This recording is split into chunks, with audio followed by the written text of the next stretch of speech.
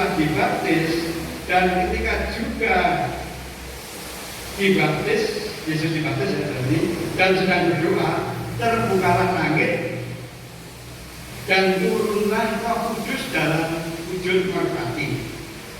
Lalu terdengar suara, "Engkaulah anakku yang kukasihi, kepadamulah aku berkenan." Ibu, bapak, saudara yang dikasihi Tuhan Yesus, baptisan Tuhan Yesus ini merupakan puncak pelayanan Yohanes. Ya, Yohanes Pembaptis ya, bukan Bapak Yohanes Chandra, Yohanes Pembaptis. Ini merupakan puncak pelayanan Yohanes. Baptisan Yesus dimaknai sebagai sebuah cara Yohanes Pembaptis untuk menunjukkan kepada khalayak ramai, menunjukkan kepada kita semua bahwa ini loh, Mesias telah hadir. Tuhan Yesus sebagai Mesias telah hadir. Ini baptisan Tuhan Yesus dimaksudkan Yohanes Pembaptis untuk menunjukkan inilah Mesias yang sesungguhnya, yang akan membawa harapan baru bagi bangsa Israel, yang akan membawa pengharapan baru bagi kita yang mempercayainya. Kemudian pada saat Yesus berdoa, itu momen Roh Kudus dalam rupa badani dan burung merpati turun ke atasnya. Pengurapan dengan Roh Kudus inilah yang nantinya akan membuat Tuhan Yesus, membuat Allah sendiri yang turun dalam Tuhan Yesus itu membaptis kita semua dengan Roh Kudus. Dia terdengarlah suara di langit, "Inilah anakku yang dekat, yang kukasihi, kepadanya lah aku berkenan." Jadi baptisan Tuhan Yesus ini menjadi awal Tuhan Yesus untuk melakukan pelayanan. Dan pada saat itu umurnya 30 tahun. Jadi pada saat itu untuk melayani, untuk menjadi nabi, untuk menjadi Tuhan itu minimum umurnya 30 tahun. Ya. Maka Tuhan Yesus dibaptis. Ya. Ini merupakan suatu tanda pembasuhan sebagaimana yang dijalani oleh para imam untuk memulai pelayanannya, untuk hati kepada manusia, kasih yang diberikan Tuhan secara total kepada manusia. Ya, ini salah satu bentuk solidaritas Allah yang diwujudkan dengan kesediaannya Tuhan sendiri melalui putranya Tuhan Yesus turun ke dalam dunia. Yang kemarin kita peringati ya, kalau orang Jawa itu ada yang mereka-reka Natal, nadyan Allah tedak ing donya arep lelati. Maaf, ini beberapa kali saya sebutkan. Nadyan Allah tedak ing donya arep lelati. Ya. Meskipun Tuhan turun ke dunia mendekati manusia, melakukan solidaritas untuk melayani. Itu solidaritas total dari Allah. Ya, tentu saja ini menjadi membuat Tuhan itu dekat dengan manusia. Maka berbahagialah 2000 tahun lalu yang melihat secara langsung. Kita sering-sering membayangkan kalau saya waktu itu ada bersama itu betapa bahagianya kita. Tapi jangan khawatir, karena dengan iman kepercayaan kita bisa melihat Tuhan Yesus dalam aspek kehidupan sehari-hari. Saya pernah ungkapkan bahwa Tuhan Yesus bisa hadir sebagai guru yang baik. Jawab saya iya. Tuhan Yesus bisa hadir sebagai gembala yang baik. Tuhan Yesus bisa hadir sebagai raja. Kita bisa merasakan kehadiran Tuhan Yesus dalam kehidupan sehari-hari. Solidaritas Allah merupakan tindakan Allah yang menanggung seluruh ini akan kita catat, seluruh duka cita, seluruh kesengsaraan, seluruh penderitaan yang ada di dunia ini. semuanya ditanggungkan. Ya, jangan khawatir. Maka kadang-kadang kalau bapak ibu itu banyak mengeluh, pesimis, kayak terbeban gitu. Ya, jadi terbeban sedang. Jadi berbeban kayak gendong ransel gitu. Jalannya, nah ini serahkan semua pada Tuhan. Serahkan pada semua Tuhan. Tuhan sudah mengambil semuanya. Nah ini kita harus serahkan. Tapi karena kita suam-suam buku, kadang dekat, kadang tidak, kadang model rohani, kadang model sekuler. Sangat model sekuler itu kadang-kadang kita merasakan berat. Iman kita turun. Ya, saya pernah cerita pada saat kajian tanggal muda, wah iman kita kuat. Dalam Yesus kita bersaudara dengan siapa saja. Tetapi begitu minggu 4 kajiannya sudah apa itu ini? Tuhan diajak, awas, membela dengan doa. Awas Tuhan kalau tidak mampir di tempat itu, tapi mampir di tempat orang lain. Iman sedang menurun, kita hidup dalam perasaan. Sedang dalam hidup mode sekuler.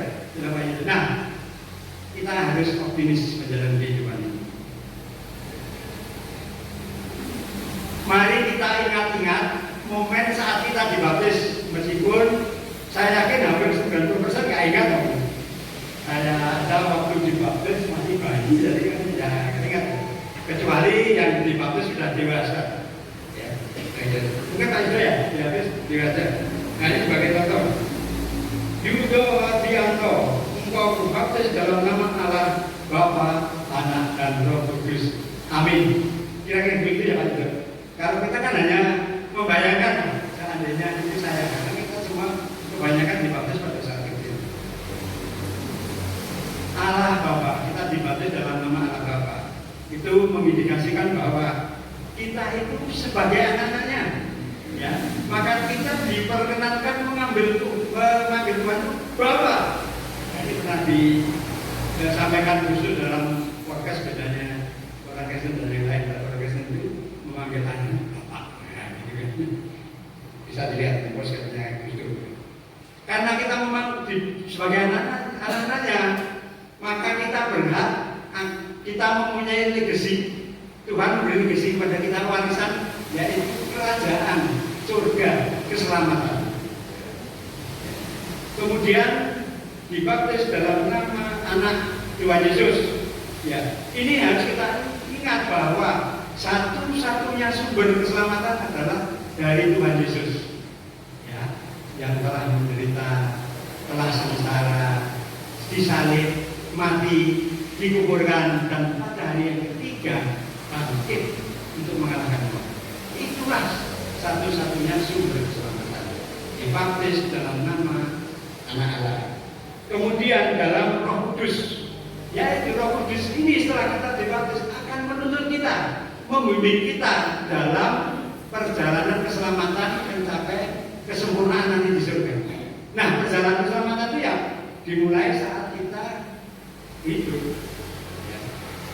Ya tentunya pada saat lahir itu masih dibimbing, dipelihara, dibelah oleh orang tua. Ya, ada yang bertanya pada saat umur 0 sampai sekian tahun Tuhan Yesus itu di mana? Ada. Ya dengan orang tua membimbing kita. Pada saat nama kita disebut tadi, ya, contohnya doa dia tadi, itu adalah suatu kehormatan. Ya. Allah berkenan menyebut nama kita dan memasukkan di dalam hati kita dan kita kehidupan. Memasukkan nama kita di dalam hati Tuhan pada saat nama kita disebut. Karena apa? Karena Tuhan sangat mengasihi umatnya. Nah selanjutnya apa yang harus kita lakukan? Ya, kita yang sudah dibaptis, yang minggu baik. Kalau minggu melakukan model rohani, tapi selain itu malah banyak model sekulernya.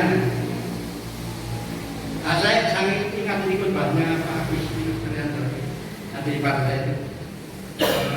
Bagaimana menjalani kehidupan harus selalu mengutamakan Tuhan Yesus dalam segala hal. Utamakan Tuhan dulu. hati, berdoa, berserah penuh, biar Tuhan yang membuat keputusan menuntun kami memelihara kita dalam segala aspek kehidupan, menamakan Tuhan dalam kehidupan.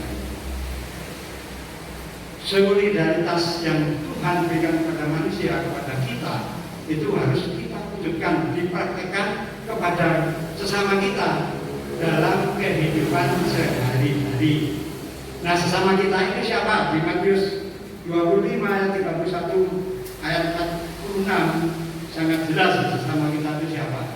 Yang lapar diberi makan, yang haus diberi minum, orang asing diberi tumpangan, yang telanjang diberi pakaian, yang sakit ataupun dalam penjara yang kita rawat. Ya, Matius 25 ayat 31 sampai 46. Solidaritas, ya, perwujudan iman kepada Tuhan Yesus, iman kita kepada Tuhan Yesus harus dipraktekkan dalam sehari-hari. Ini mudah atau gampang Bapak Ibu semua mempraktekkan solidaritas, ya. Kadang-kadang ada hal kecil, misalnya di gedung gereja ada kulit pisang. Nah, ini kadang-kadang mungkin kita tidak cekatan ngambil. Kita kurang peduli, solidaritas, solidar peduli. Kita tidak peduli lingkungan. Kalau zaman Covid ada peduli lindungi, bisa kita. Hal-hal kecil bisa kita praktekkan. Ada kulit pisang di lantai kita. Mungkin ya sekedar. Orang yang paling peduli cepat sekali hanya sekedar karena bisa memplesetkan. Kemudian ada orang sakit, wah kita segera kita kuatkan. Kalau punya dana yang kita bantu. Contoh-contohnya sangat banyak. Kita bisa membaca lebih jauh di Lukas misalnya. Orang Samaria, ya, dalam perumpamaan sama orang Samaria yang murah hati, yang menolong orang Yahudi yang hilang. Ketika imam lewat hanya dilihat. Ketika seorang Lewi malah